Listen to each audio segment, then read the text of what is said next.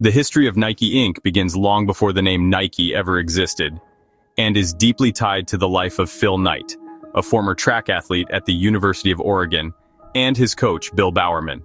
After graduating with a degree in business, Phil Knight enrolled in an MBA program at Stanford University.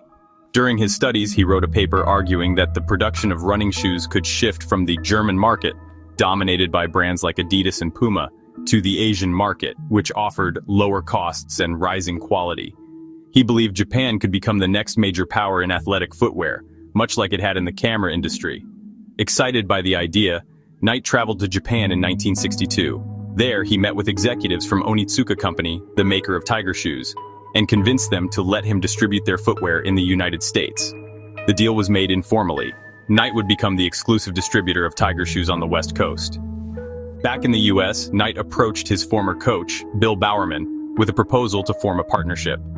Bowerman agreed, not only because of the business opportunity, but also because he was always experimenting with ways to improve the performance of his athletes, including modifying their shoes. On January 25, 1964, the two officially founded Blue Ribbon Sports, BRS, each investing just $500. In the beginning, operations were extremely simple. Knight sold shoes out of the trunk of his car at track meets, while Bowerman tested the footwear with his runners. The first model sold in the US was the Tiger Cortez, which would later become an iconic Nike shoe. By 1965, the company was showing promise. A young man named Jeff Johnson, a former runner for Bowerman, became the company's first full-time employee. He helped with sales and opened the first Blue Ribbon Sports retail store in California. Johnson also played a creative role. He would later suggest the name Nike, inspired by a dream he had, though that would come later.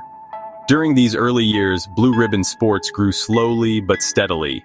Bowerman began experimenting with new types of soles to improve grip, even using his wife's waffle iron to create a tread pattern that would later become a hallmark in Nike's innovation story. By the late 1960s, the relationship between BRS and Onitsuka began to deteriorate. The Japanese company wanted more control over US distribution, while Knight and Bowerman were already thinking about launching their own line of shoes.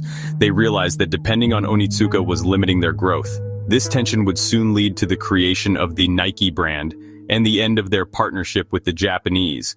But by 1970, BRS was still primarily operating as a distributor of Tiger shoes, even as it quietly prepared to step out on its own.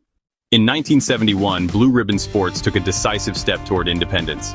It officially ended its partnership with Onitsuka Tiger and launched its own brand of athletic shoes. To do this, it needed a new name, and that's when Nike emerged, a suggestion from Jeff Johnson, inspired by the Greek goddess of victory. Initially, Phil Knight didn't like the name very much, but accepted it due to the urgency of registering the brand and starting production. The first model released under the new brand was the Nike Cortez, essentially an evolution of the Tiger Cortez, redesigned with the now famous waffle sole, created by Bowerman using his wife's waffle iron. The model became an instant success, combining comfort, durability, and a striking design. In addition to the name, the company's new visual identity was also defined in 1971. The swoosh logo, symbolizing movement and speed, was created by a young design student named Carolyn Davidson. She was paid just $35 for her work, a symbolic amount, which was later rewarded with shares in the company. During the early years of the decade, the company went through a transition. In 1971, it began selling the first products under the Nike brand, but still operated under the legal name Blue Ribbon Sports. It was only in 1978 that the company officially changed its name to Nike Inc. Throughout the 1970s, Nike grew rapidly, driven by the jogging boom in the United States. The company invested in technological innovation, bold design, and marketing campaigns focused on the active lifestyle. Its sneakers began to be worn not only by athletes but also by urban youth seeking comfort and style. In 1979, Nike launched one of its greatest innovations, Air technology, consisting of air-filled capsules in the shoe's midsole to improve shock absorption. The first model to feature this technology was the Nike Tailwind, initially released in a limited edition for the Honolulu Marathon. By the end of the 1970s, Nike had already surpassed major competitors in the US market and was ready to become a global powerhouse. In just 10 years, it had gone from a small distributor to the most promising sportswear brand in the United States. During the 1980s, Nike solidified its position as a leader in the athletic footwear market, driven by technological innovations, bold marketing strategies, and the creation of cultural icons. In 1981, the company officially severed all ties with its former structure and expanded its international presence by opening subsidiaries in Europe and South America. The decade began with a strong focus on performance. Nike continued to develop its Air technology, which gained popularity first in running shoes and later in basketball. In 1984, the company made one of the most important decisions in its history. It signed a contract with a young basketball player named Michael Jordan, who had just entered the NBA. The following year, in 1985, Nike launched the Air Jordan 1, blending athletic performance with urban style. The shoe became a massive sales success, helped by a bold advertising campaign, including the fact that the shoe was banned by the NBA for not adhering to uniform color codes, a controversy Nike cleverly turned into a marketing strategy.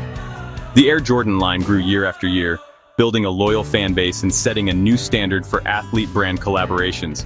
In 1987, Nike released another milestone in sneaker history, the Air Max 1, the first shoe to visually display Air technology through a visible air unit in the sole.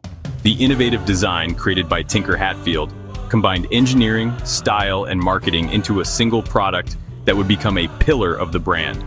Marketing became increasingly sophisticated. In 1988, the famous slogan, "Just Do It," was introduced, created by the ad agency Whedon plus Kennedy. The phrase became one of the most iconic in advertising history and helped Nike emotionally connect with consumers of all ages, genders, and sports. Throughout the decade, Nike expanded its product catalog beyond shoes, investing in apparel and sports accessories as well. The brand began sponsoring major athletes and teams across different disciplines, including tennis star John McEnroe, track legend Carl Lewis, and the U.S. Olympic team. By the end of the 1980s, Nike had become the largest sportswear manufacturer in the United States and was well positioned to dominate the global market in the coming years. From a company that once sold shoes out of a car trunk, it had transformed into a symbol of innovation, attitude, and culture. Between 1991 and 2000, Nike experienced a decade marked by global growth, portfolio expansion, and strategic challenges. At the beginning of the 1990s, the company was already the undisputed leader in the U.S. market and aimed to strengthen its international presence through aggressive campaigns and global partnerships. In 1992, the brand gained worldwide attention by sponsoring the legendary Dream Team of the United States at the Barcelona Olympics, the first Olympic basketball team composed of NBA players, including Michael Jordan, Magic Johnson, and Larry Bird. This event catapulted Nike's image as a symbol of sporting excellence on the global stage. In 1994, it acquired Converse, although the deal was only finalized years later, and invested in sports like golf, soccer, skateboarding, and even snowboarding. In 1996, it signed a sponsorship deal with the Brazilian national team, then reigning world champions, and launched bold campaigns that helped popularize its products in Latin America and Europe. That same year, Nike also partnered with rising golf star Tiger Woods, who would go on to become one of the brand's most iconic athletes. The company produced iconic campaigns blending attitude, culture, and performance.